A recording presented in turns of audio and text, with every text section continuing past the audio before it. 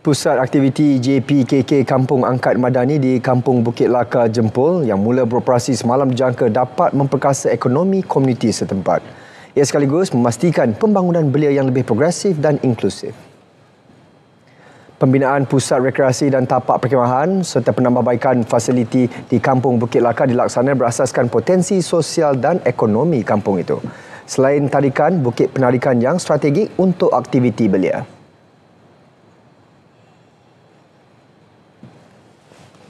Selain daripada tapak-tapak parking yang RM2 kat luar tu, warung-warung yang berniaga di luar-luar dan segala macam homestay dan chalet-chalet akan juga dapat tumpang sekaki. Kampung Angkat Madani bukan nak bangunkan Bukit Laka semata-mata, tapi nak wujudkan ekosistem perniagaan dan juga pekerjaan yang memberi manfaat kepada penduduk Jempol.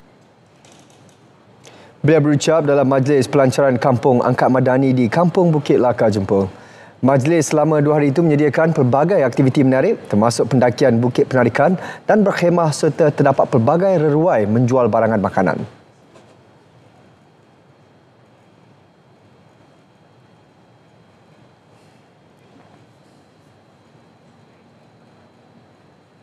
Kampung Angkat Madani ini lebih kurang dapat peruntukan 1 juta ya.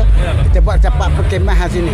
Di Kampung Bukit Laka ni penarikan ni kita buat untuk larian, homework, yang lepas tu kita ada sediakan macam-macam lah.